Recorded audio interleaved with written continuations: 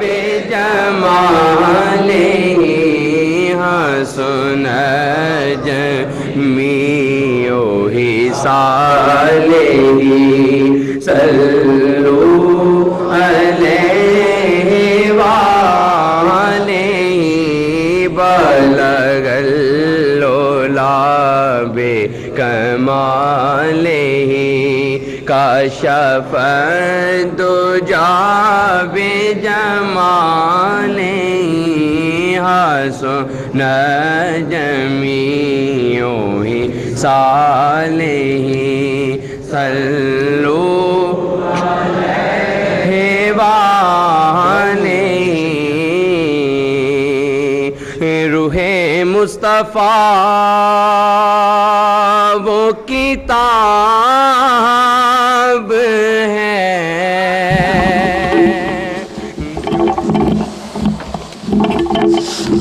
الحمدللہ حمد الشاکرین الصلاۃ والسلام علی سید الانبیاء والمرسلین خاتم النبیین امام المتقین اکرم الاولین والآخرین قائد الغر المحجلین سیدنا و مولانا محمد المبعوث رحمۃ للعالمین قائد الغر المحجلین وعلی آلہ الطیبین الطاہرین واصحابہ الراشدین المہدیین وازواجہ الطاہرات امہات المؤمنین اما بعد فاعوذ باللہ من الشیطان الرجیم بسم اللہ الرحمن الرحیم انا ارسلناک شاہدا ومبشرا ونذیرا لتؤمنوا باللہ ورسولہ وتعزروہ وتوقروہ وتسبحوہ بکرۃ واصیلا صدق اللہ مولانا العظیم رب اشرح لی صدری ویسر لی امری واحلل عقدۃ من لسانی یفقہوا قولی ان اللہ وملائکتہ یصلون علی النبی یا ایہا الذین آمنوا صلوا علیہ وسلموا تسلیما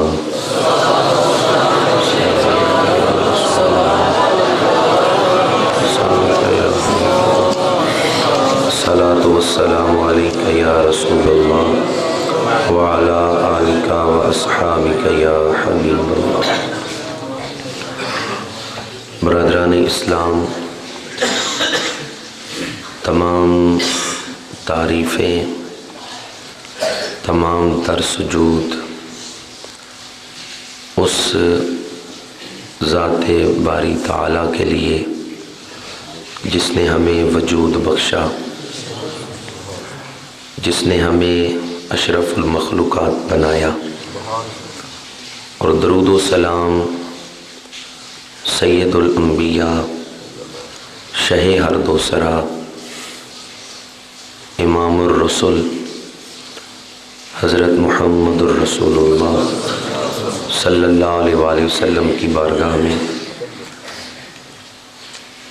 جن کی نسبت اور غلامی سے ہمیں مسلمان ہونے کا شرف اور اعزاز حاصل ہے۔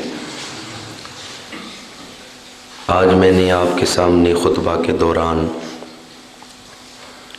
سورہ فتح کی 9ویں آیت تلاوت کی ہے، جس میں اللہ تعالیٰ نے حضور کی شان بیان کر کے پھر جو حکم دیا ہے وہ حضور کی تعظیم کرنے کا حکم ہے۔ تو احکام القرآن کے سلسلہ دروس میں آج میں آپ کے سامنے اس حکم کی مختصر تشریح کروں گا جس میں اللہ تعالیٰ نے ہمیں حضور کا ادب کرنے، تعظیم و توقیر بجا لانے کا حکم ارشاد فرمائے۔ اور اس کو منتخب کرنے کی ایک وجہ آج کے درس میں یہ ہے کہ آج 31 اکتوبر ہے، اور 31 اکتوبر غازی علم الدین شہید کی شہادت کا دن ہے۔ 31 اکتوبر 1929 کو غازی علم الدین شہید میاں والی جیل میں شہادت سے سرفراز ہوئے۔ اور غازی صاحب کو کیوں پھانسی پہ چڑھایا گیا، ان کا جرم کیا تھا؟ انہوں نے حضور کی بے ادبی اور گستاخی کرنے والے شخص کو واصل جہنم کیا تھا۔ آج لاہور میں ان کا عرس منایا جا رہا ہے۔ اہل عقیدت و محبت سلام نیاز پیش کرتے ہیں، تو میں نے یہ مناسب سمجھا کہ ہم یہاں ان کا ذکر کر کے اپنے ایمانوں کو جلا بخشیں، چونکہ عشاق کے ذکر سے بھی عشق کی خوشبو آتی ہے۔ بسا اوقات عاشقوں کا ذکر عشق حاصل کرنے کا ذریعہ بن جاتا ہے۔ اللہ رب العزت نے ارشاد فرمایا، انا ارسلناک شاہدا و مبشرا و نذیرا، بے شک ہم نے آپ کو بھیجا حاضر و ناظر بنا کر، اور خوشخبری سنانے والا اور ڈر سنانے والا۔ اے محبوب، ہم نے آپ کو حاضر و ناظر بنا کے بھیجا ہے، مبشر خوشخبریاں سنانے والا، و نذیرا اور ڈر سنانے والا۔ لتؤمنوا باللہ و رسولہ، اب یہاں لوگوں کو خطاب کیا کہ ہم نے اپنے محبوب کو کیوں بھیجا ہے، اور یہ شانیں دے کے بھیجا ہے تو کس لیے؟ تاکہ اے لوگو تم اللہ اور اس کے رسول پر ایمان لاؤ۔ اس لیے ہم نے حضور کو یہ شانیں دے کے بھیجا تاکہ اے لوگو تم اللہ اور اس کے رسول پر ایمان لاؤ، وَتُعَزِّرُوهُ اور رسول کی تعظیم کرو، وَتُوَقِّرُوهُ اور رسول کی توقیر کرو۔ رسول کی تعظیم و توقیر کرنے کا حکم دیا، اور آگے فرمایا وَتُسَبِّحُوهُ بُكْرَةً وَأَصِيلًا، اور صبح و شام اللہ کی پاکی بیان کرو۔ اس آیت مبارکہ میں 8ویں آیت میں تو حضور کی 3 شانیں بیان کی۔ اللہ تعالیٰ نے فرمایا محبوب ہم نے آپ کو بھیجا ہے۔ قرآن مجید کے اکثر مقامات پر جب اللہ تعالیٰ حضور کی تعریف کرتے ہیں تو پہلے اپنا ذکر، انا آتیناک الکوثر، ہم نے آپ کو بھیجا، ہم نے آپ کو کوثر عطا فرمایا۔ وما ارسلناک الا رحمۃ للعالمین، ہم نے آپ کو تمام جہانوں کے لیے رحمت بنا کے بھیجا۔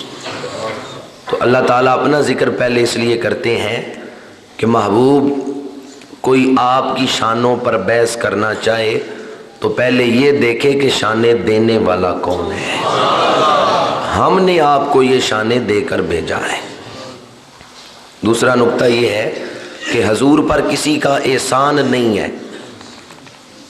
کوئی حضور کو آ کے یہ نہیں کہہ سکتا کہ ہم نے دعا کی تو آپ کو شاہد بنا دیا گیا، ہم نے دعا کی تو آپ کو نبی بنا کے اللہ نے بھیج دیا۔ اللہ تعالیٰ نے اپنا ذکر پہلے کیا، محبوب آپ کو جو کچھ دیا ہے ہم نے دیا ہے۔ حضور پر کسی انسان کا احسان نہیں ہے۔ یہ جو حضور کو نبوت ملی ہے، حضور حاضر و ناظر ہیں، حضور مبشر اور نذیر ہیں، یہ شانیں عطا کرنے والا اللہ ہے۔ اب شانوں کو بیان کیا تو یہاں 3 شانوں کا ذکر ہے، شاہدہ، حاضر و ناظر۔ جہاں آدمی موجود ہو وہاں حاضر ہوتا ہے، اور جہاں تک تصرف کر سکے وہاں تک ناظر ہوتا ہے۔ حضور گنبد خضرا شریف میں موجود اور ساری کائنات میں تصرف کر سکتے ہیں۔ اللہ کی دی ہوئی طاقت سے کائنات میں دیکھ سکتے ہیں، تصرف کر سکتے ہیں، اس لیے ہم حضور کو حاضر و ناظر مانتے ہیں۔ اور یہ عقیدہ رکھنا شرک نہیں، قرآن کے خلاف نہیں۔ قرآن تو بتاتا ہے حضرت سلیمان علیہ السلام کا امتی آصف بن برخیہ وہ 300 میل دور سے تخت اٹھا کے لے آتا ہے، اور حضور ضیاء الامت رحمۃ اللہ علیہ نے فرمایا 1600 میل 1500 میل دور تخت تھا جسے آصف بن برخیہ اٹھا کے لے آئے۔ اگر حضرت سلیمان کا امتی 16 میل دور تک تصرف کر سکتا ہے تو خود حضرت سلیمان کی طاقت کتنی ہوگی، اور اگر حضرت سلیمان کی یہ طاقت ہے تو حضرت سلیمان کے بھی امام کی طاقت کیا ہوگی۔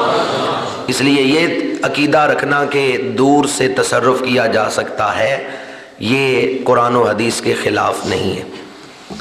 آگے فرمایا وَمُبَشِّرًا، جو لوگ اللہ کو ماننے والے، نبی کے پیچھے چلنے والے، نیک اعمال کرنے والے ہیں، حضور ان کو جنت کی خوشخبری دیتے ہیں، حضور ان کو اللہ کی رضا کی خوشخبری سناتے ہیں۔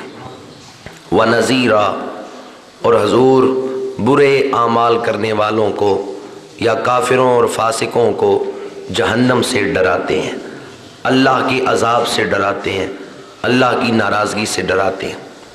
حضور کی یہ 3 شانیں بیان کر کے فرمایا لِتُؤْمِنُوا بِاللَّهِ وَرَسُولِهِ، ہم نے اپنے محبوب کو یہ شانیں دے کے اس لیے بھیجا تاکہ اے لوگو تم اللہ پر ایمان لاؤ، اللہ کے رسول پر ایمان لاؤ، وَتُعَزِّرُوهُ وَتُوَقِّرُوهُ، اور رسول کی تعظیم و توقیر کرو۔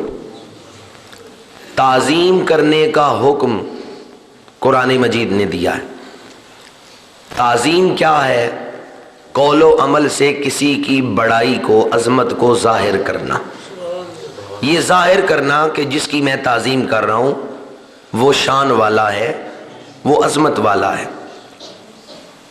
حضور علیہ الصلوۃ والسلام نے ہمیں تعظیم کا حکم دیا ہے، فرمایا روٹی کی تعظیم کرو، روٹی کی تعظیم کرو۔ امام غزالی رحمۃ اللہ علیہ نے احیاء علوم الدین کے اندر اس حدیث پاک کو نقل کیا کہ حضور نے فرمایا روٹی کی تعظیم کرو۔ اب روٹی اللہ ہے یا غیر اللہ ہے؟ اگر اس کی تعظیم کرنے سے آدمی مشرک نہیں ہوتا تو اللہ کے رسول کی تعظیم کرنے سے مشرک کیسے ہو سکتا ہے؟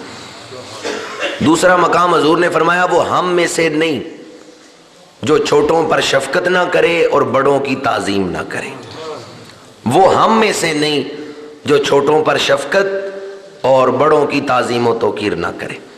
تو اس حدیث میں بھی حضور نے بڑوں کا ادب اور لحاظ رکھنے کا حکم دیا ہے۔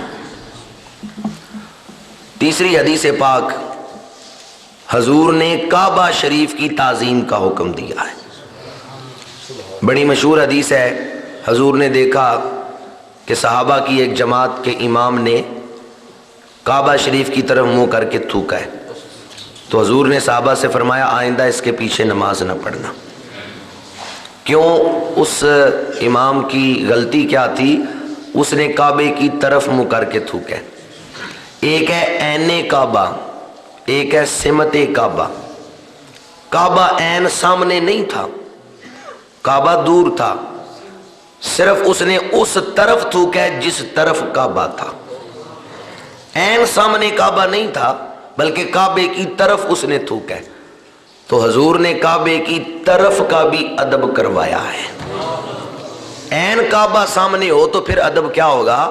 اگر کعبے کی طرف کا ادب کروایا جا رہا ہے، کعبے کی سمت کا ادب کروایا جا رہا ہے، جو طرف کعبہ سمت کعبہ کی بے ادبی و توہین کرے کہ ادھر منہ کر کے تھوکے، حضور فرماتے ہیں اس کے پیچھے نماز نہ پڑھنا۔ تو جو عین کعبے کی طرف منہ کر کے تھوکے، جو عین کعبے کی طرف منہ کر کے تھوکے، وہ بے ادب ہوگا یا نہیں ہوگا؟ اور جو کعبے کی بے ادبی کرے، جو کعبے کی بے ادبی کرے کہ جن کے صدقے کعبے کو بیت اللہ بننا اور قبلہ بننا نصیب ہوا ہے، جن کی رضا کی خاطر اللہ نے کعبے کو قبلہ بنایا ہے، اس محبوب کی اگر کوئی بے ادبی کرے گا تو وہ کتنا بڑا بے ادب اور گستاخ ہوگا۔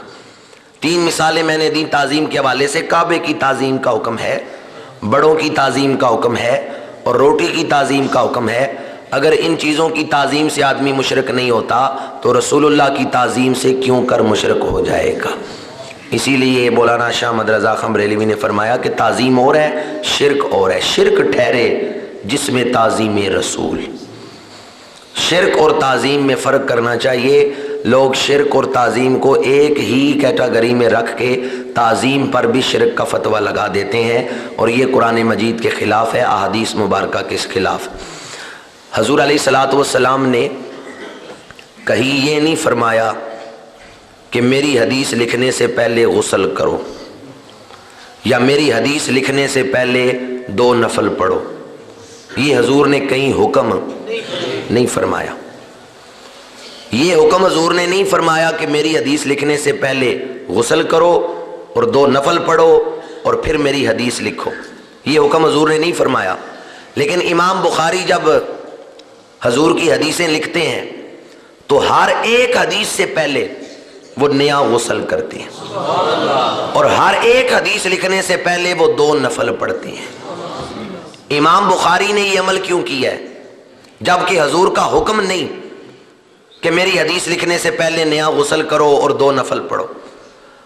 ہر دفعہ نئی حدیث لکھنے سے پہلے اگر دن میں 5 حدیثیں انہوں نے جمع کی ہیں تو دن میں 5 دفعہ غسل کیا ہے۔ دن میں 7 حدیثیں انہوں نے جمع کی ہیں تو 7 دفعہ غسل کیا۔ یہ ہر دفعہ حدیث پاک لکھنے سے پہلے وہ نیا غسل اور 2 نفل کیوں پڑھ رہے ہیں؟ حضور کی شان بیان کرنے کے لیے۔ جو لوگ بخاری شریف کے حوالے دیتے ہیں اور کہتے ہیں جی فلاں چیز بخاری سے دکھاؤ، بخاری سے دکھاؤ، پہلے یہ تو دیکھو امام بخاری تعظیم کتنی کرتے ہیں، امام بخاری ادب کتنا کر رہے ہیں۔ اگر امام بخاری کو تم مشرک کہہ دو تو پھر تو تمہارے حوالے ہی سارے ختم ہو جائیں گے۔ اگر کہہ دو کہ امام بخاری نے شرک کیا ہے جو حضور کی تعظیم کی ہے، یا تو کہو کہ امام بخاری بھی مشرک تھے جو ہر حدیث رقم کرنے سے پہلے نیا غسل اور 2 نفل پڑھ رہے ہیں۔ اور اگر امام بخاری کو اس تعظیم کے باوجود تم مسلمان مانتے ہو تو اہل سنت و جماعت بھی امام بخاری کی اس سنت کو زندہ کر رہے ہیں کہ حضور علیہ الصلوۃ والسلام کی تعظیم کرتے ہیں۔ اسی طرح امام مالک، وہ بھی بہت بڑے محدث ہیں، امام ہیں، انہوں نے حدیث بیان کرنے کے لیے علیحدہ ممبر بنوایا ہوا تھا۔ اب حضور کا کوئی حکم ایسا نہیں کہ میری حدیث بیان کرنے کے لیے تم علیحدہ ممبر بنواؤ، یا جب میری حدیث بیان کرو تو تم اس وقت لوبان سلگاؤ۔ یہ حضور کا کوئی حکم نہیں کسی حدیث میں کہ میری حدیث بیان کرنے سے پہلے تم ایک نیا ممبر بنواؤ جو صرف حدیث بیان کرنے کے لیے ہی مخصوص ہو، اس پہ بیٹھ کے تم حدیث بیان کرو اور وہ اگربتیاں وہ لوبان سلگاؤ جس سے ماحول معطر ہو جائے۔ یہ حضور کا حکم نہیں تھا، لیکن حضرت امام مالک یہ ادب کر رہے ہیں۔ سڑک سے گزر رہے ہیں، ایک آدمی نے کہا ذرا کوئی حضور کی حدیث تو سنائیں۔ امام مالک نے فرمایا میرا جی چاہتا ہے میں تجھے 20 کوڑے مرواؤں۔ اس نے کہا میں نے تو دین سننا چاہا ہے کہ مجھے کوئی حدیث سنائے، آپ کہتے ہیں 20 کوڑے ماروں۔ آپ نے فرمایا یہ 20 کوڑے اس لیے تجھے مرواؤں تاکہ تجھے پتا چلے میرے نبی کی باتیں ایسی نہیں کہ چلتے چلتے سڑکوں پہ میں انہیں بیان کروں۔ اگر حدیث سننی ہے تو آ میرے گھر آ، ادب سے بیٹھ، میں وہ ممبر بچھاؤں، لوبان سلگھاؤں اور پھر میں وہ حدیث بیان کروں۔ امام مالک یہ جو عمل کر رہے ہیں اس کا حضور نے حکم تو نہیں دیا، تو امام مالک پھر کیوں یہ عمل کر رہے ہیں؟ اس لیے تاکہ لوگوں کے دلوں میں حضور کی تعظیم پیدا ہو جائے، لوگوں کے دلوں میں ادب مصطفیٰ پیدا ہو جائے۔ تو جو بڑے بڑے امام ہیں جن کی لکھی ہوئی حدیثوں کی کتابوں کو امت میں سب سے زیادہ قبولیت نصیب ہوئی ہے، ان اماموں نے حضور کی تعظیم کی ہے۔ اس لیے اہل سنت و جماعت کا یہ عقیدہ ہے اگر نبی کی تعظیم دل میں نہیں تو ایمان کی حلاوت نہیں آ سکتی، اگر حضور کی تعظیم نہیں تو ایمان نہیں، بلکہ تعظیم حضور کی محبت ہی اصل ایمان ہے۔ اقبال نے کہا مغز قرآن جان ایمان روح دین ہست حب رحمت للعالمین۔ اگر کوئی شخص اس تعظیم کا لحاظ نہ رکھے اور بے ادبی کرے تو وہ کس سزا کا مستحق ہے؟ جو آدمی کسی بھی رسول کو گالی دے وہ واجب القتل ہے۔ ہم تمام انبیاء کی نبوتیں، تمام اللہ کے بھیجے ہوئے نبیوں کی جو عزتیں ہیں ان کی حفاظت کا درس دیتے ہیں۔ جو کسی نبی کو گالی دے وہ واجب القتل ہے۔ حضور علیہ الصلوۃ والسلام کو معاذ اللہ آپ کی توہین کرنے والا، فقہاء نے اس پر جو فتویٰ لکھا ہے وہ یہ ہے، کوئی ایسا قول و عمل جس سے نبی کی ذات کو ہلکا کر کے بیان کیا جائے، استخفاف کا پہلو ہو، تحقیر کا پہلو ہو، اس سے آدمی دار اسلام سے خارج ہو جاتا ہے۔ یوں ہی نہیں، اقبال نے کہا کہ ادب گاہست زیر آسماں از عرش نازک تر، یہ بڑے نازک مقام ہے، یہاں آنا تو سانس بھی روک کے آنا، کہیں تمہارے اونچا سانس لینے سے حضور کی طبیعت پہ بوجھ نہ گزرے۔ اس قدر ادب کا درس قرآن مجید اور حدیث مبارکہ نے ہمیں دیا ہے کہ حضور علیہ الصلوۃ والسلام کی اگر بے ادبی ہو گئی تو ایمان کا بیڑا غرق ہو جائے گا۔ جو آدمی نبی کی توہین کرے، معاذ اللہ انبیاء کو گالی دے، حضور علیہ الصلوۃ والسلام کی گستاخی و بے ادبی کرے، وہ مرتد ہے اور واجب القتل ہے۔ آج کل بعض جدید روشن خیال قوتیں یہ کہتی ہیں کہ جی پاکستان میں 295 نہیں ہونی چاہیے، چونکہ اس میں نبیوں کے عزتوں کا تحفظ ہے، آدمی کو آزادی ہونی چاہیے، جو چاہے وہ لکھے، جو چاہے وہ بیان کرے۔ تو یاد رکھیں، جو حضور کا گستاخ ہے وہ انسانیت کا مجرم ہے۔ انسان کا لفظ نہیں میں نے اس وقت بولا، انسانیت کا۔ اسی لیے یورپ کے غیر مسلم سکالر نے لکھا، جس میں انسانیت ہوگی وہ رسول اللہ سے محبت کرے گا۔ جس میں انسانیت ہوگی وہ رسول اللہ سے محبت کرے گا۔ کیوں؟ اس لیے کہ رسول اللہ صلی اللہ علیہ وسلم نے انسانیت کو مرتبہ فضیلت پہ فائز کیا ہے، ورنہ انسانوں کا حال کیا تھا؟ حضور کی آمد سے پہلے دیکھیں انسانیت پر کیا بیت رہی تھی۔ انسان انسانیت کھو چکے تھے۔ مسٹر برفا نے اپنی کتاب the making of human being کے صفحہ 57 پہ لکھا ہے، کہتا ہے پیغمبر اسلام نہ آتے تو دنیا میں آج کوئی انسان نہ ہوتا۔ انسانوں کے جسم ہوتے پر ان کے اندر انسانیت نہ ہوتی۔ یہ چلتے پھرتے جانور اور درندے ہوتے، ان کے اندر انسانیت نہ ہوتی۔ اگر انسانوں کے سینے میں انسانیت اتاری ہے تو محمد عربی نے اتاری ہے۔ مسٹر برفا کے لفظوں کا ترجمہ یہ کہتا ہے، عرب کا چاند طلوع ہوا تو دنیا روشن ہو گئی، اور اس وقت عرب کا چاند طلوع ہوا جب یورپ تاریکی میں ڈوبا ہوا تھا۔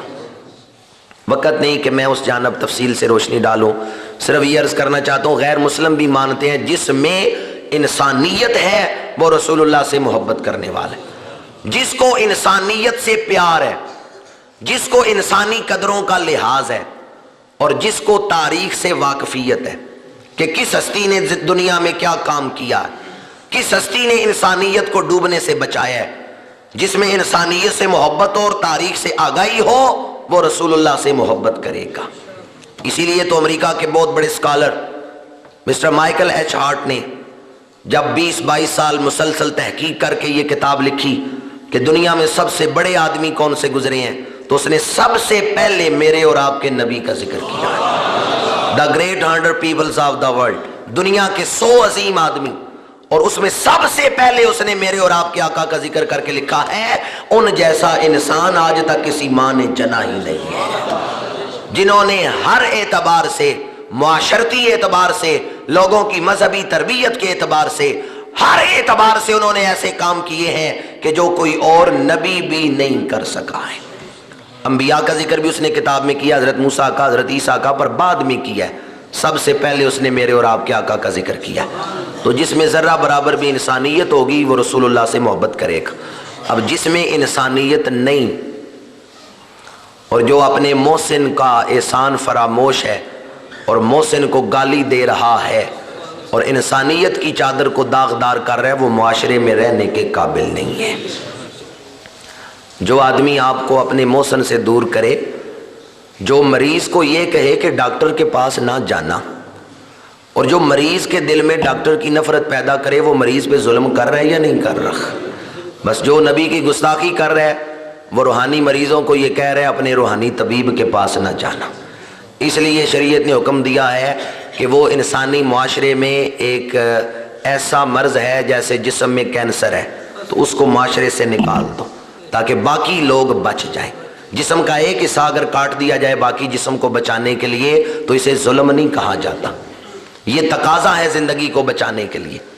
دوسری مثال، آج دنیا میں اربوں مسلمان ہیں، اربوں مسلمان، تو جو آدمی اربوں مسلمانوں کی دل شکنی کرے، جذبات کو مجروح کرے، جو آدمی اربوں مسلمانوں کو لڑنے پہ برانگیختہ کرے، اسے قتل کر دینا چاہیے تاکہ وہ اربوں انسانوں کو دوسری قوموں کے خلاف لڑنے کے لیے تیار نہ کرے۔ جو ایک آدمی کتاب لکھے یا حضور کے خلاف معاذ اللہ کوئی لفظ بولے تو اربوں مسلمانوں کے دل دکھیں گے، اربوں مسلمانوں کے جذبات کو مجروح کیا جائے گا۔ آج پاکستان میں قانون حد کی عزت موجود ہے، کسی کی حد کی عزت ہو تو وہ اپنا کیس کروا کے جرمانہ وصول کر سکتا ہے۔ کئی لوگوں نے کیس کیے ہوئے ہیں حد کی عزت کے کہ مجھے اتنا جرمانہ دیا جائے، فلاں آدمی نے یہ کام کر کے میری شہرت کو نقصان پہنچایا ہے۔ کئی کمپنیوں نے یہ کیس کیے ہوئے ہیں دوسری کمپنیوں پر، حد کی عزت کے قانون۔ تو اگر آپ کو ایک عام انسان کی عزت کا اتنا خیال ہے تو جو امام الانبیاء ہیں ان کی عزت کا کوئی خیال نہیں ہے۔ جو رسول اللہ صلی اللہ علیہ وسلم کی توہین کر رہا ہے وہ اربوں مسلمانوں کے دلوں کو مجروح کر رہا ہے۔ اس لیے اس آدمی کی زبان گدی سے کھینچ کے پھینک دینی چاہیے تاکہ دوسروں کو سبق حاصل ہو جائے، اور وہ پھر اربوں مسلمانوں کے دلوں کے ساتھ نہ کھیلیں اور نہ قوموں کو آپس میں لڑانے والے کام کر سکیں۔ اس لیے بھی مرتد کو واصل جہنم کرنے، سولی پہ چڑھانے کا حکم ہے۔ تاریخ اسلام میں بڑے ایسے واقعات ہوئے کہ جب کسی نے حضور کی بارگاہ میں بے ادبی کی تو حضور کے غلاموں نے اسے واصل جہنم کر دیا۔ مصلحتوں سے کام نہیں لیا، بس انہوں نے یہ دیکھا کہ جو ہمارے آقا کو گالی دے رہا ہے وہ دنیا میں رہنے کے قابل نہیں ہے، اسے عذاب والی جگہ جہاں اسے سزا ملے وہاں پہنچا دو۔ یوں تو بہت ساری اس پر مثالیں ہیں، پر آج 31 اکتوبر کے حوالے سے میں آپ کے سامنے غازی علم الدین شہید کا جذبہ رکھنا چاہتا ہوں کہ اس وقت مسلمان قوم نے اس ہستی کو کتنا سلام پیش کیا اور کون سے واقعات تھے، حالات تھے جن میں اس نوجوان نے یہ قدم اٹھایا۔ 1929 میں یہ واقعہ ہوا، ایک ہندو راجپال نے حضور کے خلاف کتاب لکھوائی۔ یہ راجپال پبلشر تھا اور اس کتاب کا نام اس نے اتنا بے ادبی پر مشتمل نام رکھا ہے کہ میں اس نام کو لینا بھی مناسب نہیں سمجھتا۔ حضور علیہ الصلوۃ والسلام کی شخصیت کے حوالے سے کتاب کا نام ہی اس نے توہین والا رکھا ہے، اور اس کتاب میں اس نے جہاں مضمون گستاخی پر مشتمل لکھے ہیں وہاں اس نے ہاتھ سے بنی ہوئی تصویریں بھی شائع کی ہیں۔ ہاتھ سے بنے ہوئے وہ جو لکیریں مار کے جیسے اخباروں پہ تصویریں آئی ہوتی ہیں، اور اس کے لیے جو لفظ ہے وہ بھی میں نہیں بولنا چاہتا۔ آپ سمجھ گئے ہوں گے کہ وہ ہاتھوں سے ہی جو نقشے بنا کے تصویروں کے نیچے تبصرے لکھے جاتے ہیں وہ کیا، انہیں ہم کیا کہتے ہیں۔ اس وقت لوگوں نے اس پر احتجاج کیا، علماء اسلام نے احتجاج کیا۔ زمانہ کس کا ہے؟ زمانہ پیر میر علی شاہ گولڑوی، علامہ اقبال زندہ ہیں، قائد اعظم موجود ہیں، سیال شریف میں حضور حضرت خواجہ ضیاء الدین سیالوی رحمۃ اللہ علیہ، ادھر علی پور شریف دیکھیں تو امیر ملت پیر جماعت علی شاہ صاحب علی پوری، حضرت قبلہ حافظ پیر جماعت علی شاہ صاحب لسانی، بڑی بڑی ہستیاں موجود ہیں۔ اس زمانے میں یہ واقعہ ہوا تو کتنا احتجاج علماء اور مشائخ نے کیا، لیکن اس کے باوجود کوئی نتیجہ نہ نکلا۔ حکومت انگریزوں کی تھی۔ لاہور کے ایک پرائمری پاس نوجوان کو، کم پڑھے لکھے نوجوان کو اس بات کا علم ہوا۔ اس نے جب یہ کتاب دیکھی تو اپنے دل سے مخاطب ہو کے کہنے لگا، علم الدین تف ہے تیری جوانی پر، تو جوان بھی اور کوئی تیرے نبی کی بے ادبی کر جائے، تو جوان بھی اور کوئی تیرے نبی کی گستاخی کر جائے۔ غازی علم الدین نے ارادہ کیا میں اپنی جوانی لٹا دوں گا پر اس گستاخ رسول کو کیفر کردار تک پہنچاؤں گا۔ 6 اپریل 1929 فجر کی نماز داتا صاحب کے مزار پر پڑھی، اور فجر کی نماز پڑھ کے داتا صاحب کے مزار پہ فاتحہ پڑھتے ہوئے غازی صاحب نے دعا مانگی، داتا صاحب میرے پیچھے کوئی لابی نہیں، کوئی جماعت نہیں، آپ دعا کریں اللہ مجھے اس کام کی توفیق عطا فرمائے۔ وہاں بیٹھے ہوئے ایک مجذوب نے پھولوں کا ہار اٹھایا اور وہ غازی علم الدین کے گلے میں ڈال دیا، جو اس بات کی توثیق تھی، تصدیق تھی کہ تو جا، تیرے پیچھے علی حجویری کا ہاتھ ہے، علی حجویری کی دعائیں تیرے ساتھ ہیں۔ داتا پیا کے مزار پہ حاضری دے کے غازی صاحب گھر آئے، 11 اور 12 بجے کے درمیان لاہور اردو بازار گئے اور راجپال کی دکان میں داخل ہوئے۔ 2 محافظ اس نے دروازے پہ کھڑے کر رکھے تھے، چوکیدار، لیکن غازی صاحب اس بھیس میں گئے ہیں، انہوں نے سمجھا کوئی ہندو جوگی آ رہا ہے۔ غازی صاحب اندر گئے، راجپال کتابیں سیٹ کر رہا تھا، غازی صاحب نے خنجر نکالا، ہوا میں لہرایا اور ایک تاریخی جملہ بولا، فرمایا میرے نبی کی بارگاہ میں بے ادبی کرنے سے پہلے تجھے یہ خیال نہیں آیا ابھی اس دھرتی پہ نبی کے غلام زندہ ہیں؟ تجھے یہ خیال نہیں آیا ابھی اس دھرتی پہ نبی کے غلام زندہ ہیں جو تجھ سے تیری بے ادبی کا حساب طلب کر سکتے ہیں؟ یہ کہہ کے آپ نے پے در پہ وار کیے اور اسے واصل جہنم کر دیا۔ وہ تڑپ رہا تھا، چوکیداروں نے شور مچایا کہ قاتل قاتل۔ غازی صاحب آرام سے باہر نکلے، قریب ایک نلکا تھا، وہاں آپ ہاتھ دھو رہے ہیں، خون صاف کر رہے ہیں۔ لوگوں نے کہا پکڑو یہ قاتل ہے، فرمایا میں بھاگ نہیں رہا، میں خود جا کے گرفتاری پیش کروں گا۔ تھانے گئے، آلۂ قتل پیش کیا ہے، گرفتاری پیش کر دی، جیل کی سلاخوں کے پیچھے چلے گئے، اور آنن فانن یہ خبر جنگل کی آگ کی طرح پورے علاقے میں پھیل گئی۔ اقبال لاہوری تھے، لیٹے ہوئے تھے، کسی نے آ کے بتایا کہ علم الدین نے یہ کام کر دیا ہے، تو اقبال کہنے لگے اسیں گلاں ہی کر دے رہ گئے تے ترکھانہ دا منڈا نمبر لے گیا۔ ادھر علی پور شریف سے امیر ملت پیر جماعت علی شاہ صاحب آپ اٹھے، فرمایا مجھے ساری عمر حسد تو بڑی دور کی بات ہے، کسی پہ رشک بھی نہیں آیا، اور اگر مجھے رشک آیا ہے تو آج علم الدین شہید پہ آیا ہے۔ لاہور آئے علم الدین سے ملنے کے لیے، گولڑا شریف سے پیر میر علی شاہ صاحب گولڑوی رحمۃ اللہ تعالی علیہ آپ لاہور آئے۔ لوگ پوچھتے ہیں حضور آج کدھر کا ارادہ ہے؟ فرمایا اس جوان کی زیارت کرنا چاہتا ہوں جس نے میرے نبی کا دل خوش کر دیا ہے۔ سیال شریف سے حضرت خواجہ ضیاء الدین سیالوی رحمۃ اللہ تعالی علیہ آپ لاہور تشریف لائے۔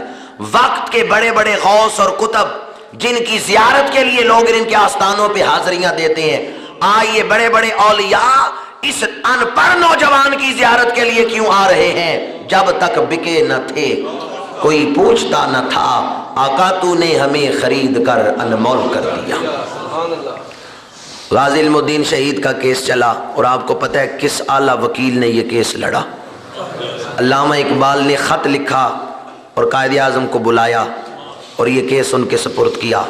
قائد اعظم نے اپنی تمام تر جو ہیں وہ صلاحیتیں اور قابلیتیں اس کے لیے صرف کیں، لیکن ایک ایسا نقطہ تھا جہاں کہ قائد اعظم کی ساری قابلیتیں بھی جو ہیں وہ کوئی کام نہیں دکھا سکتی تھیں، وہ یہ تھا کہ غازی علم الدین شہید اقرار جرم کر چکے تھے، اور عدالت میں بھری عدالت میں غازی صاحب نے کہا کہ میں نے یہ قتل کیا ہے، اقبال جرم کر چکے تھے۔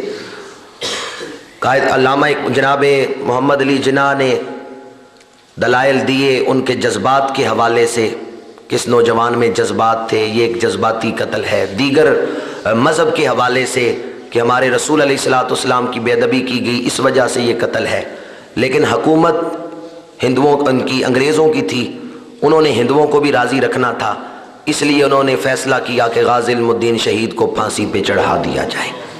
غازی صاحب کو لاہور سے میاں والی بھیجا گیا کہ میاں والی جیل میں آپ کو رکھا جائے، پھر پھانسی پہ چڑھا دیا جائے۔ جس رات غازی صاحب کو میاں والی بھیجا گیا، دن کا وقت نہیں مقرر کیا گیا، رات کا وقت، اور اس بات کو بڑا سیکرٹ رکھا گیا، کسی کو پتہ نہ چلے، وہاں استقبال کے لیے جلوس نہ ہو، مسلمان اس نوجوان کے استقبال کے لیے مذہبی جماعتیں نہ میدان میں آ جائیں۔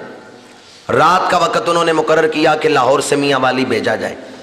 اس رات میاں والی میں ایک مجذوب جو اکثر ایک جگہ بیٹھا رہتا تھا، وہ اپنی جگہ سے اٹھا اور میاں والی کی سڑکوں پہ دوڑنے لگا، گلیوں میں پھرنے لگا، لوگوں کے دروازوں پہ دستک دینے لگا۔ لوگ دروازہ کھولتے تو وہ کہتا تم گھر میں بیٹھے ہوئے، نبی کا عاشق تمہارے شہر آ رہا ہے۔ جب غازی صاحب کی گاڑی میاں والی پہنچتی ہے تو ایک جلوس ان کے استقبال کے لیے کھڑا ہے۔ لوگ اس مجذوب سے پوچھتے تو آج گلیوں میں کیوں دوڑ رہا ہے؟ وہ کہتا میں دوڑ نہیں رہا، مجھے کوئی دوڑا رہا ہے۔ لوگ کہتے تو خاموش رہتا تھا، بولتا نہیں تھا، آج گلیوں میں شور مچا رہا ہے، کیا وجہ ہے؟ اس نے کہا میں بول نہیں رہا، کوئی مجھے بلا رہا ہے، میری کسی نے ڈیوٹی لگائی ہے کہ نبی کا عاشق تمہارے شہر آ رہا ہے، ان لوگوں کو خبردار کرو، یہ اس کے استقبال کے لیے نکلے۔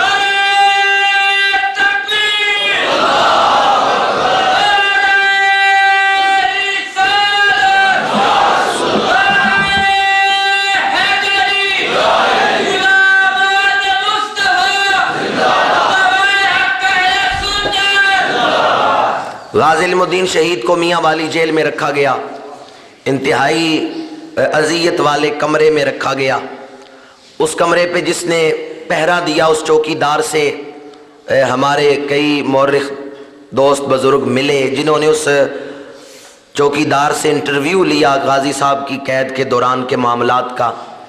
تو اس چوکیدار نے بتایا، اس نے کہا ایک روز میں غازی صاحب کے کمرے میں آیا تو میں نے دیکھا وہ بڑے خوش ہیں اور الحمدللہ کی تسبیح پڑھ رہے ہیں۔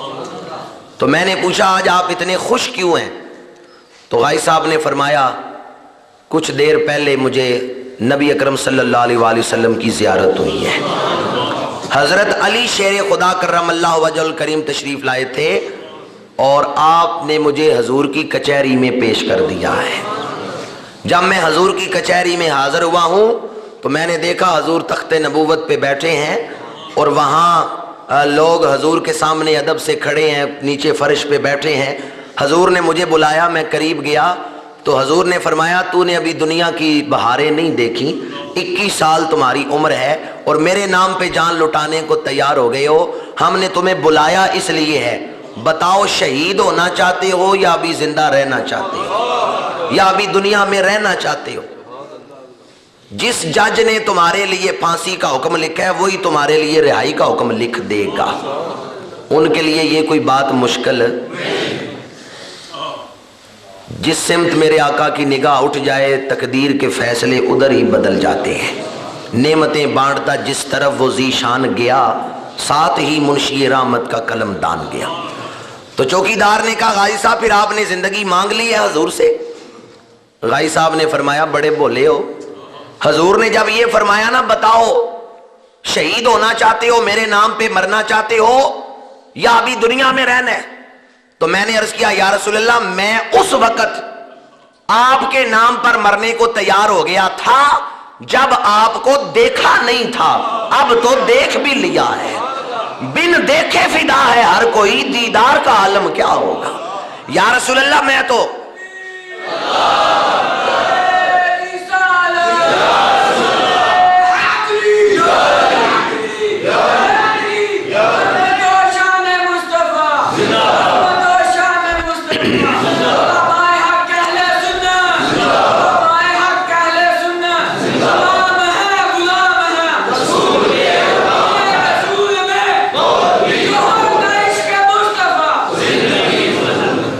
یا رسول اللہ میں تو دیدار کیے بغیر ہی اپنی جان پیش کرنے کو تیار تھا، اب تو دیکھ بھی لیا ہے، اب پیچھے کیسے رہ سکتا ہوں؟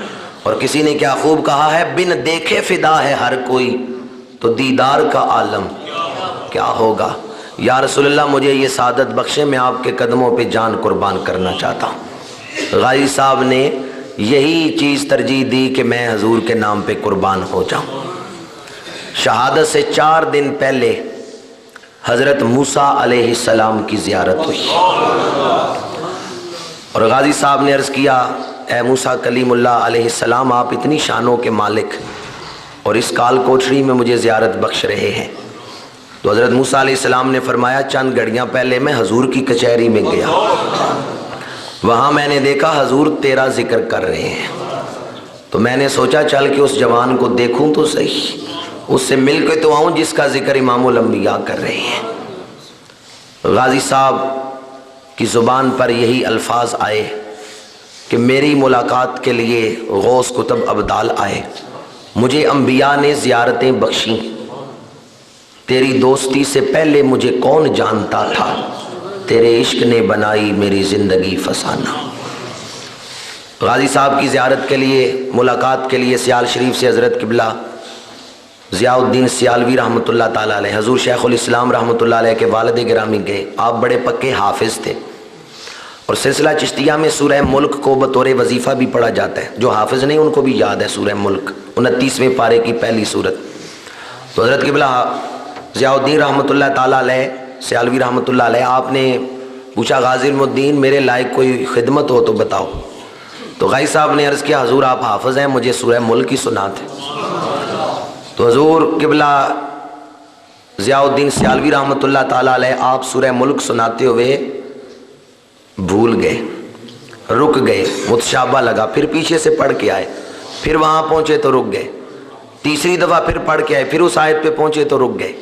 غازی صاحب نے وہ آیت پڑھی، آپ نے وہ لقمہ غازی صاحب سے لیا، وہ آیت غازی صاحب سے سنی، پھر سورت مکمل کی۔ جب آپ ملاقات کر کے باہر آئے تو درویشوں نے عرض کیا حضرت آپ تو بڑے پکے حافظ اور سورہ ملک تو آپ روز پڑھتے ہیں اور آج بھول گئے۔ تو آپ نے فرمایا میں بھولا نہیں، بلایا گیا ہوں۔ پوچھا کیوں؟ فرمایا اس لیے تاکہ علم الدین کا علم آج ظاہر ہو جائے۔ جب اس نے حضور کے نام پر مرنا قبول کیا، اس کا تعلق سینہ مصطفیٰ سے جڑ گیا، اسے خاص علم عطا کر دیا گیا، پڑھے بغیر ہی اسے حفظ کرا دیا گیا۔ حضور کے سینے سے تعلق قائم ہوا تو اس کے سینے میں فیض کی لہر چل پڑی، علم لدنی، اور اس چیز کے اظہار کے لیے آج میں بھولا ہوں۔ حضرت غازی علم الدین شہید کو بڑی عظمتیں نصیب ہوئیں۔ شہادت سے پہلے جو 30 اور 31 اکتوبر کی درمیانی رات تھی، میاں والی جیل سے لے کے شہر تک ساڑی سڑک پہ محافل نعت ہوتی رہیں۔ میاں والی جیل سے لے کے شہر تک سڑک پہ غلامان مصطفیٰ بیٹھے رہے اور ساری رات ذکر کرتے رہے، نعتیں پڑھتے رہے، کیوں صبح یہاں سے وہ جوان نکلے گا ہم اس کے چہرے کی زیارت کر لیں گے۔ زیارت کرنے کے لیے لوگوں نے جا کے رات کو ہی سڑک کو پر جو ہے وہ بیٹھ گئے ہیں، اپنی اپنی جگہ مختص کر لی ہے۔ شہادت سے چند لمحے پہلے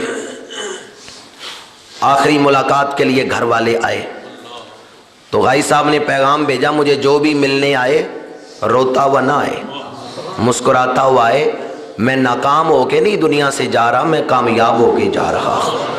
بھائی آئے، بہنیں آئیں، بھابھی آئیں، انہوں نے آنسو روکے، ملاقات کر کے جا رہے ہیں، پر جب والدہ آئی تو آنکھوں میں آنسو آ گئے۔ ماں کو اولاد سے جو محبت ہوتی ہے وہ محتاج بیان نہیں ہے۔ بعض عرفاء نے اس چیز کو بیان کیا، غازی صاحب کی والدہ جب آئیں تو آنکھوں میں آنسو آ گئے، ماں رونے لگی تو غازی صاحب نے فرمایا میری والدہ ان آنسوؤں کو روک لے، آج رونے کا دن نہیں، آج تو رب کا شکر ادا کرنے کا دن۔ اب ماں اگر بیٹا صحیح کسی مقصد کے لیے بھی جان دے رہا ہو تب بھی وہ رونے میں مجبور ہے، آنسو روک نہیں سکتی۔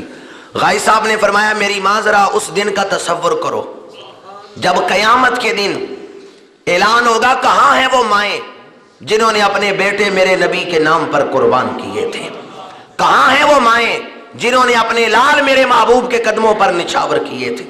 وہاں بڑی بڑی مائیں کھڑی ہو جائیں گی، اے میری ماں، وہاں بڑی بڑی مائیں اپنے بیٹوں کی شہادتوں کا ذکر کریں گی۔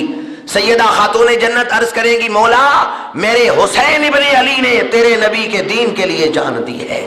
سیدہ زینب عرض کریں گی مولا اون و محمد نے تیرے نبی کے دین کے لیے جان دی ہے۔ ام البنین عرض کریں گی مولا علی عباس نے تیرے محبوب کے دین کے لیے جان دی ہے۔ وہاں بڑی بڑی مائیں اپنے بیٹوں کی شہادتوں کا ذکر کریں گی۔ اے میری ماں تو بھی کھڑی ہو جانا اور عرض کرنا مولا میں ایک مسکین عورت تھی پر میرا بیٹا علم الدین بھی تیرے نبی کے دین پہ قربان ہوا ہے، تیرے نبی کی عزت اور ناموس پہ مر مٹا ہے۔ اے میری ماں بتا تجھے اس صف میں کھڑا کر دیا جائے جس صف کی امام سیدہ فاطمہ الزہرا ہو، تجھے شہیدوں کی ماؤں میں کھڑا کر دیا جائے، وہاں کھڑی ہو کے تو خوش ہوگی یا پریشان ہوگی، تجھے غم ہوگا یا خوشی ہوگی۔ ماں رو رہی تھی پر ہونٹوں پہ مسکراہٹ آ گئی، یہ وہ بیٹا ہے جو جان بھی دے رہا ہے، ماں کو تسلی بھی دے رہا ہے۔ بے شک بیٹا ماں سے جدا ہو رہا ہے پر تسلی دے رہا ہے، ماں خوش ہو جا، شکر کر، تو شہید کی ماں بن رہی ہے۔ ڈاکٹر آیا میڈیکل چیک اپ کرنے کے لیے، ڈاکٹر نے چیک اپ میں لکھا اپریل سے لے کے اکتوبر تک غازی صاحب جیل میں رہے اور پھانسی کے مجرم کا وزن گھٹ جاتا ہے۔ میری ساری زندگی کے سروس میں آج پہلا موقع میں لکھ رہا ہوں کہ پھانسی کے مجرم کا وزن بڑھ گیا ہے، پھانسی کے مجرم کا وزن گھٹ جاتا ہے۔ ایک تو جیل میں کوئی غذائیں اتنی قوت بخش نہیں ہوتی، صحت افزا نہیں ہوتی، جیل کا ماحول کوئی صحت افزا نہیں ہوتا، اور تیسرا ہر وقت پھانسی کے مجرم کو موت کا دھڑکا لگا ہوتا ہے۔ اب اتنے دن رہ گئے ہیں میرے مرنے میں، وہ روز مرتا ہے، اس لیے پھانسی کے مجرم کا وزن گھٹ جاتا ہے۔ اس ڈاکٹر نے لکھا میری زندگی میں پہلا موقع میں یہ لکھ رہا ہوں کہ پھانسی کے مجرم کا وزن بڑھ گیا ہے، اور وزن اس لیے بڑا ہے کہ یہ جیل میں خوش رہے ہیں۔ ڈاکٹر نے پوچھا غازی صاحب آپ کو کس چیز کی خوشی ہے؟ انہوں نے فرمایا کبھی پیر میر علی شاہ صاحب ملنے آ رہے ہیں، کبھی پیر جماعت علی شاہ صاحب آ رہے ہیں، مجھے پریشان تو انہوں نے ہونے نہیں دیا۔ بڑے بڑے ولی کتب غوث ابدار روز ملنے آ رہے ہیں، مجھے پریشانی کس چیز کی ہے، مجھے غم کس چیز کا ہے؟ جلاد آیا، اس نے کہا غازی صاحب کوئی آخری خواہش ہو تو بیان کر لو۔ کہا میری ساری خواہشیں اس دن پوری ہو گئی تھی جس دن حضور کی غلامی نصیب ہو گئی تھی، مجھے مل گئی دونوں عالم کی شاہی، میرا ان کے منگتوں میں نام آ گیا ہے۔ ساری خواہشیں اس دن پوری ہو گئی تھی جس دن رسول اللہ کی غلامی نصیب ہوئی تھی۔ اب چاہتا ہوں تختہ دار پہ چڑھنے سے پہلے 2 نفل پڑھ لوں۔ 2 نفل پڑھے، تختہ دار پہ چڑھ گئے۔ تختہ دار پہ چڑھے تو جلاد نے دونوں ہاتھ پیچھے جوڑ کے باندھے، دونوں پیر جوڑ کے باندھنے لگا۔ غازی صاحب نے فرمایا یہ ہاتھ اور پیر کیوں باندھ رہے ہو؟ جلاد نے کہا اس لیے جب میں آپ کے گلے میں موت کا پھندا ڈالوں گا، پیروں سے تختہ کھینچوں گا تو آپ تڑپیں گے، میں نے ہاتھ اور پیر باندھ دیا آپ تڑپ نہ سکیں۔ غازی صاحب نے فرمایا بڑے بھولے ہو، تڑپتے وہ ہیں جنہیں تو تختہ دار پہ چڑھاتا ہے، اور جو خود شوق سے چڑھتے ہیں وہ تڑپتے۔ میں شراب عشق رسول میں مخمور ہو کے تختہ دار پہ آ رہا ہوں، میں تڑپوں گا نہیں، میں تو خوشی سے مچل مچل جاؤں گا۔ جب جلاد کو یہ غیر متوقع جواب دیا تو جلاد نے کہا علم الدین میں نے بڑے بڑے بہادروں کو پھانسی دی ہے، بڑے بڑے شجاع نوجوانوں کو پھانسی دی ہے، بڑے بڑے جری جوانوں کو پھانسی دی ہے، پر جب میں ان کے سامنے موت کا پھندا لہراتا ہوں بہادروں کی بہادری ختم ہو جاتی ہے، شجاع نوجوانوں کی شجاعت ختم ہو جاتی ہے، جری جوانوں کی جرت ختم ہو جاتی ہے۔ جب انہیں موت سامنے رقص کرتی ہوئی نظر آتی ہے تو ان کے چہرے پہ لالی اور زردی چھا جاتی ہے، ان کے چہرے سے لالی ختم ہو جاتی ہے، چہرہ مرجھا جاتا ہے، زردی چھا جاتی ہے، پر تو مسکرا رہا ہے، تیرا چہرہ کھلا ہوا ہے، وجہ کیا ہے؟ غازی علم الدین نے جواب دیا جلاد کان کھول کے سن لو، تم نے قاتلوں کو پھانسی دی ہوگی، تم نے ڈاکوؤں کو پھانسی دی ہوگی، پر تم نے آج تک کسی عاشق رسول کو پھانسی نہیں دی ہوگی۔ تمہیں کیا پتا اس کے رسول میں مرنے کا مزہ کیا ہے، تمہیں کیا پتا اس کے رسول میں جان دینے کا لطف کیا ہے؟ جلاد نے کہا علم الدین ذرا بتاؤ کیا لطف ہے حضور کے عشق میں مرنے کا، حضور کی محبت میں جان دینے کا مزہ کیا ہے؟ گجرات کے غیور مسلمانوں اس عاشق رسول کا پیغام امت مسلمہ کے نام کیا ہے؟ غازی علم الدین شہید نے کہا جلاد ایک طرف تو موت کا پھندا لے کر کھڑا ہے، دوسری طرف میرا رسول پھولوں کے ہار لے کر کھڑا ہے۔ تکبیر، نعرہ رسالت، نعرہ حیدری، عظمت و شان مصطفیٰ۔ میں دونوں منظر دیکھ رہا ہوں، تیرے ہاتھوں میں موت کا پھندا بھی دیکھ رہا ہوں اور اپنے رسول کے گورے گورے ہاتھوں میں، ید اللہ کے ہاتھوں میں جنتی پھول بھی دیکھ رہا ہوں۔ تو میرے گردن میں موت کا پھندا ڈالے گا، میرے آقا میری گردن میں کامیابی پر پھولوں کے ہار ڈال دیں گے۔ اسی کو موت کہتے ہیں تو یا رب بار بار آئے، حضور کی زیارت نصیب ہو جائے اور حضور خوش ہو کے لینے کے لیے آ جائیں۔ یہ موت ہے یا حیات ہے؟ یہی تو زندگی ہے۔ مرشدی سیدی مرشدی غلام ہے، غلام ہے غلامی رسول میں، آپ غلام غلامی رسول میں موت بھی حیات کا لفظ بولے. غلامی رسول میں موت بھی حیات ہے. غلامی رسول میں موت بھی حیات ہے. سیدی مرشدی یا نبی یا نبی. غازی علم الدین شہید کو تختہ دار پہ چڑھایا گیا، گلے میں موت کا پھندا ڈالا گیا. وہ نوجوان ڈرا نہیں. زندگی کس کو پیاری نہیں، جان کس کو پیاری نہیں. اور عمر کتنی ہے؟ 21 سال، بھرپور شباب اور جوانی. لیکن غازی صاحب اپنی جان دینے کو تیار ہیں. آخر وہ کون سا مزہ تھا، وہ کون سا لطف تھا، وہ کون سی چاشنی تھی جو انہیں کھینچ رہی تھی. جنہوں نے حضور سے محبت نہیں کی انہیں کیا پتا ہو اس محبت میں مزہ کیا ہے، اس محبت میں لطف کیا ہے. اور کوئی دل کی گہرائیوں سے گنبد خضرا کی طرف متوجہ ہو کے دیکھے، پھر دیکھے میرے آقا اس پر شفقتیں کتنی کرتے ہیں. غازی علم الدین شہید کے گردن میں موت کا پھندا ڈالا گیا، تختہ کھینچا گیا تو آخری لفظ جو اس نوجوان کی زبان پر تھے، آخری لفظ زبان سے یہ نکلے اللہ اکبر. اللہ اکبر کی صدا نکلی کہ روح کف سے انصری سے پرواز کر گئی. اللہ اکبر کی صدا بلند ہوئی کہ روح کف سے انصری سے پرواز کر گئی. غازی صاحب کو تختہ دار سے اتارا گیا. غازی صاحب نے جان دے دی، پر غلامان مصطفیٰ کو ایک پیغام دیا. احد کی جنگ میں حضور کے ایک صحابی سعد بن معاذ زخمی تھے، اور حضور مختلف زخمیوں اور شہیدوں کی لاشیں اکٹھی کر رہے ہیں اور زخمیوں کو بلا رہے ہیں. تو ایک صحابی سے فرمایا وہ سعد کو تلاش کرو، سعد کہاں ہے، اور جہاں کہیں ہو سعد کو میرا سلام پہنچاؤ اور اسے لے کے آؤ. ایک صحابی کہتے ہیں میں سعد بن معاذ کو ڈھونڈنے لگا تو ایک جگہ میں نے دیکھا سعد تڑپ رہے ہیں. وہ صحابی کہتے ہیں میں پکار رہا تھا اینا سعد اینا سعد، سعد کہاں ہو، سعد کہاں ہو، تمہیں حضور یاد کر رہے ہیں. تو زخمیوں میں ایک جگہ تڑپتے ہوئے آواز آئی کہ میں یہاں ہوں، میں یہاں ہوں، ادھر آؤ. وہ صحابی کہتے ہیں میں قریب گیا، میں نے کہا سعد تمہیں اللہ کے رسول سلام دے رہے ہیں اور حضور تمہیں یاد کر رہے ہیں. تو سعد نے عرض کیا اب میرے جسم میں طاقت نہیں رہی کہ میں یہ سانسیں لے کے حضور کی بارگاہ تک پہنچ سکوں، اب چند سانسیں رہ گئی ہیں، تم میرا سلام حضور کو پہنچا دو. ایک ہی میدان ہے لیکن اب اتنے وہ زخموں سے دو چار تھے اور خون نکل رہا تھا کہ جان لبوں پہ تھی. انہوں نے کہا میرا سلام حضور کی بارگاہ میں پہنچا دینا، اور میرا سلام حضور کے صحابہ کو دینا، اور میرا پیغام حضور کی امت کو دینا. وہ پیغام غازی علم الدین شہید کی زندگی کا بھی پیغام ہے، وہ پیغام جو حضرت سعد نے میدان احد سے دیا. حضرت سعد نے کہا ہے صحابی رسول حضور کی بارگاہ میں سلام پیش کرنا اور امت مسلمہ کو میرا پیغام دینا، اگر تمہارے ہوتے ہوئے کوئی رسول اللہ کی بے ادبی کر جائے تو قیامت کو اللہ کے سامنے کیا منہ دکھاؤ گے. اگر تم نے اللہ کے رسول کی قدر نہ کی، ان کی عزت کی، ان کی توقیر کی حفاظت نہ کی، اور تم نے اللہ کے رسول کی بے ادبی کو برداشت کر لیا تو قیامت کے دن تم اللہ کو کیا منہ دکھاؤ گی. اللہ کے رسول کی عزت کی حفاظت کرنا. حضرت سعد نے یہ وصیت کی ہے اور روح کف سے انصری سے پرواز کر گئی. غازی علم الدین شہید نے بھی اپنی 21 سالہ بھرپور جوانی حضور کے ناموں، حضور کے قدموں پہ قربان کر کے امت مسلمہ کو یہ پیغام دیا ہے جان بڑی پیاری ہے پر حضور کی عزت سے زیادہ پیاری نہیں ہے. فَإِنَّ أَبِي وَوَالِدَتِي وَإِرْزِي لِإِرْزِ مُحَمَّدٍ مِّنْكُمْ وِقَاءُ.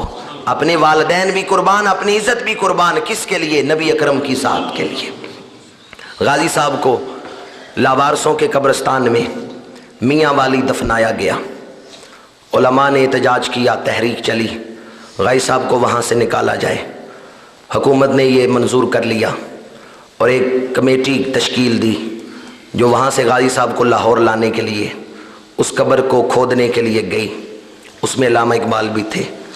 جب اس قبر کو کھودنے لگے یہ کسیاں اور بیلچے لے کے گئے تو علامہ اقبال نے کہا ٹھہر جاؤ، اس قبر کے اوپر کسیاں اور بیلچے نہ چلاؤ جس میں نبی کا عاشق لیٹا ہوا ہے. یہ قبر کی ساری مٹی اپنے ہاتھوں سے ہٹاؤ. غازی صاحب کی قبر کی میاں والی میں جو قبر بنائی گئی تھی اس کی ساری مٹی ہاتھوں سے ہٹائی گئی.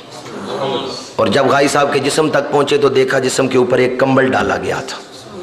جب اس کمبل کو ہٹایا تو یوں پتا چلا جیسے خوشبوؤں کی بوتلیں کھولتی ہیں، یوں خوشبو پھیلنا شروع ہوئی کہ میاں والی کے در و دیوار مہک اٹھے.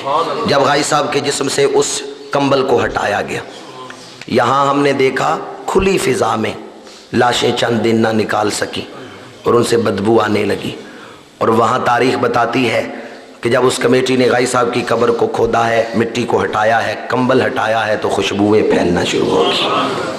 میاں والی سے پھر آپ کو لاہور لے کے آئے، اور اس دن کتنا بڑا جلوس تھا جس نے استقبال کیا غازی صاحب کا.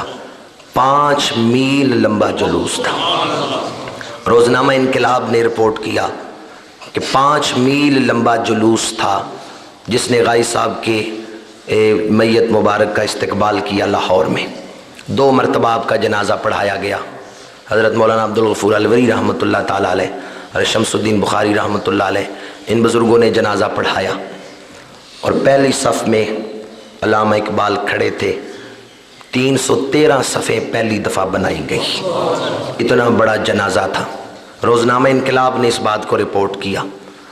جب جنازہ مکمل ہوا، لوگ دوڑے میت اٹھانے کے لیے. اقبال بھی دوڑے، اقبال گر گئے.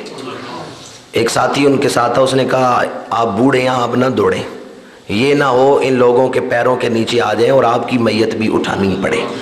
تو اقبال نے جملہ بولا رو کے. اقبال نے کہا میں علم و دین تو نہیں بن سکا، پر مجھے علم و دین کی راہوں میں تو مرنے دو. اگر علم و دین کی میت اٹھانے کے شوق میں میں مر جاؤں تو مجھے یہ بھی قبول ہے. میں علم و دین نہیں بن سکا، پر اس عاشق رسول کی میت اٹھانے کا شوق ہے. اگر مجھے اس کے لیے موت بھی آ جائے تو میں سمجھوں گا کہ سودا مہنگا نہیں ہے.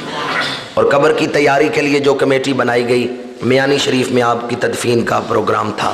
جو کمیٹی بنائی گئی اس میں مولانا ظفر علی خان بھی شامل تھے. ظفر علی خان وزیر آبادی، وہ بھی اس کمیٹی میں تھے. جب قبر تیار ہوئی، سارے وہ کمیٹی کے افراد نے کہا جی بس اب قبر تیار ہے، چلیں اب جنازہ پڑھیں چونکہ وہ وقت بھی قریب ہے. تو مولانا ظفر علی خان نے کہا ٹھیک ہے تم جنازہ پڑھو، میں یہاں قبر پہ پہرا دیتا ہوں. ظفر علی خان قبر کے اندر لیٹ گئے. قبر کے اندر لیٹ گئے. تو ساتھیوں نے کہا اس قبر میں تو علم الدین نے لیٹنا ہے، آپ کیوں اس قبر میں لیٹ گئے؟ ظفر علی خان نے کہا اس قبر میں لیٹنے کا مزہ قیامت تک علم الدین ہی لے گا، پر میں چاہتا ہوں تھوڑی دیر میں بھی علم الدین کے یہاں آنے سے پہلے میں بھی اس قبر میں لیٹنے کا مزہ لے لوں. وہ قبر سے نکلتے نہیں. ساتھی کہتے ہیں باہر نکلیں قبر سے. وہ لیٹے ہیں اور رو رہے ہیں. مولانا ظفر علی خان کو باہر نکالا گیا قبر سے. تو مولانا ظفر علی خان نے رو کے یہ جملہ بولا. ان کا میں اس قبر میں لیٹا تو یوں پتہ چلا مدینہ منورہ میں پہنچ گیا. اس قبر کی مٹی کا رشتہ مدینہ منورہ سے جڑ گیا ہے. یہ مٹی مدینہ منورہ کی مٹی سے خاص تعلق رکھتی. ایک باطنی اور روحانی رشتہ ایسا قائم ہوا ہے کہ یوں پتہ چلتا ہے میں اس قبر میں نہیں لیٹا، مدینہ منورہ میں پہنچ گیا ہوں. جس نے حضور کے نام پہ جان پیش کی، پھر میرے آقا علیہ الصلوۃ والسلام نے اپنے غلاموں کے دلوں میں کس طرح اس جوان کی محبت ڈال دی ہے. بڑے بڑے اولیاء نے، مشائخ نے غازی علم الدین شہید کے جذبے کو سلام عقیدت و سلام تحسین پیش کیا. اور غازی علم الدین شہید نے تو اپنی جان دے دی، لیکن امت مسلمہ کے جوانوں کے دلوں میں اس جذبے کو پیدا کر گئے کہ زندگی حضور کی محبت سے زیادہ قیمتی، حضور کی عزت سے زیادہ قیمتی نہیں ہے. حضور کے نام پر اپنی جان لٹا دینا یہ بھی سستا سودا ہے. اور غازی علم الدین شہید کے بعد از شہادت جو آپ کی کرامات اور عظمتیں دیکھنے کو ملی، آج بھی کوئی شخص آپ کی قبر پہ جا کے ذرا سینے کے سامنے کھڑا ہو کے دیکھے تو پتہ چلتا ہے کسی جوان کے سامنے کھڑے ہیں، کسی جوان کے سامنے کھڑے ہیں. کوئی غازی صاحب کی قبر میں آپ قبر کے سامنے سینے کے سامنے جا کے کھڑا ہو.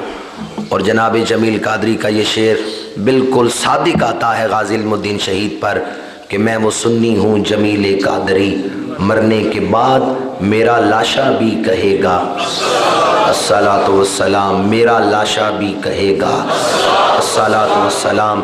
غیر مسلم قوتوں نے دیکھا کہ مسلمانوں میں یہ جذبہ موجود ہے، اگرچہ لاکھ گناہ گار ہوں، لاکھ گناہ گار ہوں، پر ان کا یہ ایمان اور عقیدہ ہے کہ اگر کوئی حضور کے نام پر ہمیں تانا دے ہم اس کو بھی برداشت کرنے کو تیار. حضور علیہ الصلوۃ والسلام کی غلامی میں اپنی جانوں سے پیار نہیں کرتے بلکہ حضور کے نام سے پیار کرتے ہیں. کسی نے کیا خوب کہا کہ جو کوئی حضور علیہ الصلوۃ والسلام سے محبت کرتا ہے پھر اس کا جہان ہی الگ ہو جاتا ہے. اگر سولی ملے حضور کے نام پر تو اسے بھی چوم کے قبول کرتے ہیں۔ حضور علیہ الصلوۃ والسلام کے عشاق کی طویل فہرست میں غازی علم الدین شہید جو آج کے دن شہادت کا جام نوش کرتے ہیں، انہوں نے اس ماضی قریب کے دور میں عشاقان رسول کے لیے ایک نمونہ چھوڑا۔ آپ کے بعد سازشیوں نے مسلمانوں کے دلوں سے محبت رسول نکالنے کے لیے بڑے قدم اٹھائے تاکہ وہ کھوکھ بانجھ ہو جائے، جس سے غازی علم الدین شہید جیسے جوان پیدا ہوتے ہیں۔ بے حیائی اور فحاشی کو عام کیا گیا تاکہ مسلمان مائیں غیرت محبت رسول کا دودھ نہ بچوں کو پلا سکیں، اور آج ہم اس دور سے گزر رہے ہیں۔ سلمان رشدی سٹانک ورسز لکھ کے بھی زندہ دندنا رہا ہے۔ یورپ اور امریکہ کو 50 سے زیادہ اسلامی ریاستوں کے جذبات کا کوئی لحاظ نہیں، ان کو کوئی پرواہ نہیں کہ کم از کم سلمان رشدی کو گرفتار ہی کر دیں۔ دعا کریں اللہ تعالی ہمیں اس آزمائش اور امتحان میں کامیاب کرے، اور اگر ہم اس کو کیفر کردار تک نہیں پہنچا سکتے، ہماری حکومتیں نہیں پہنچا سکتی، تو کم از کم ہم یہ دعا تو کر سکتے ہیں کہ یا اللہ ہمیں حضور کے عاشقوں میں شامل فرما اور حضور کے بے ادبوں سے دور رکھ، حضور کے غلاموں میں شامل فرما۔ اقبال نے جب جواب شکوہ لکھا تو یہی پیغام دیا کہ محمد سے وفا تو نے تو ہم تیرے ہیں، یہ جہاں چیز ہے کیا۔ مینا ملے جے کر یار والا، چولی پا لیے پنجے سٹیے نا۔ حضور علیہ الصلوۃ والسلام کی محبت میں اپنا سب کچھ لٹا دینا، یہی عشاقان رسول کا شیوا ہے، یہی آج کے دن کا پیغام ہے۔ اللہ تعالیٰ غازی صاحب کے مزار پہ کروڑہا رحمتوں کا نزول فرمائے، اور آپ کے اس جذبے کو، پیغام کو امت کے سینوں میں زندہ اور پائندہ رکھے۔ آج جو رات آ رہی ہے وہ ایک خاص رات ہے، شب قدر کے نام سے امت میں معروف ہے، مشہور ہے۔ آج کی رات انشاءاللہ العزیز حسب سابق اس مسجد میں جامعہ سیدنا صدیق اکبر میں محفل کا اہتمام ہے۔ ختم قرآن پاک ہوگا، ثنا خوانی ہوگی، مجھ ناچیز کا بیان ہوگا، اس کے بعد ہم نوافل ادا کریں گے، اور پھر محفل ذکر ہوگی، اور محفل ذکر کے بعد پھر دعا ہوگی۔ تو آپ احباب سے التماس ہے کہ اس محفل میں ضرور شامل ہوں۔ یہ سال کے بعد وہ ساعتیں اور گھڑیاں ہیں، آئندہ سال پتہ نہیں ماہ رمضان نصیب ہو یا نہ ہو۔ اللہ تعالی ہمارے ملک کو آسمانی زمینی آفات اور بلیات سے محفوظ رکھے۔ جن علاقوں میں زلزلہ آیا ہے ان علاقوں میں بھی کئی لوگوں نے پروگرام بنایا ہوگا، کئی ماؤں نے سوچا ہوگا کہ عید آ رہی ہے، ہمارے بچے باہر سے آئیں گے، عید پر ملیں گے۔ کئی بہنوں نے سوچا ہوگا ہمارے بھائی عید پر اپنی نوکریوں سے چھٹیاں لے کے آئیں گے۔ انہوں نے عید پر رشتہ داروں نے آپس میں ملنے کے پروگرام بنا رکھے ہوں گے۔ کتنے بچوں کے ذہن میں ہوگا ہمارے باپ عید پر چھٹیاں آئیں گے، پر عید آنے سے پہلے ہی وہ جدا ہو گئے، وہ عید نہ آئی جس میں ان کی ملاقات ہوتی۔ اس لیے زندگی کا کوئی بھروسہ نہیں ہے۔ دعا کریں کہ اللہ تعالی ہمیں جب تک زندگی دے ایمان پر زندگی دے، اور جب خاتمہ ہو تو حضور کی محبت پر ہو، ایمان کامل پر ہو۔ آج کی رات جہاں مردوں کے لیے یہ خاص اہتمام ہے، اگر خواتین شامل ہونا چاہیں تو ناچیز کی رہائش پر عورتوں کے لیے محفل کا اہتمام ہوگا۔ گزشتہ اتوار کو عورتوں کی محفل ہوئی جس میں تبرکات کی زیارت کروائی گئی، لیکن بہت ساری عورتیں تبرکات کی زیارت نہ کر سکیں، تو آج بھی انشاءاللہ العزیز انہیں تبرکات کی زیارت کروائی جائے گی۔ اور عورتوں کے لیے جو محفل کا اہتمام ہے وہ ناچیز کی رہائش پر ہوگا، اگر خواتین آنا چاہیں تو وہاں شامل ہو سکتی ہیں۔ اور آپ احباب سے آخری گزارش یہ کروں گا کہ صلاۃ و سلام کے بعد محفل میں ضرور شامل ہوں۔ آج یہاں چاہتے ہیں کہ غازی علم الدین شہید کی روح کو اصال ثواب کیا جائے۔ اگر کوئی سوال ہے تو وہ دے دیں، پھر میں آپ درود شریف پڑھیں، سوالوں کے جواب دیتا ہوں، اس کے بعد دعا کرتا ہوں۔ جی جی آخری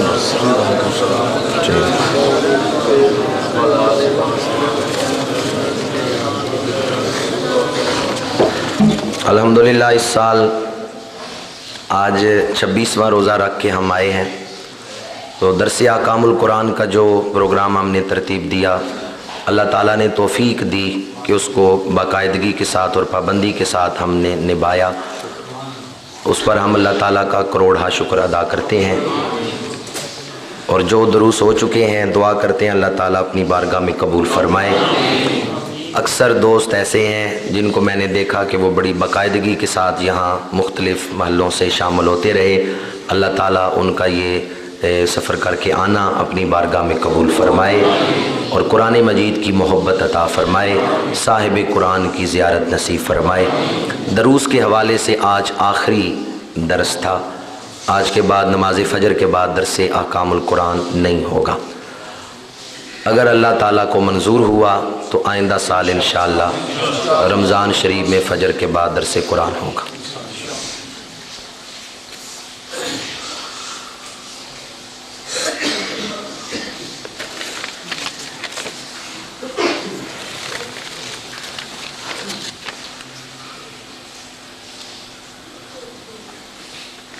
دوست نے کہا کہ پردے کے بارے میں بیان کر دیں، تو غالباً ہفتے والے دن یعنی پرسوں میں نے پردے کے موضوع پر بیان کیا ہے اور تفصیل کے ساتھ چند احکام بھی بیان کیے ہیں۔ تعویذ کے بارے میں کسی دوست نے پوچھا ہے شرعی حیثیت، تو قرآنی وظائف اور احادیث مبارکہ کے وظائف پڑھنا یا ان کو لکھ کے گلے میں ڈالنا یا بازو پہ باندھنا یہ جائز ہے۔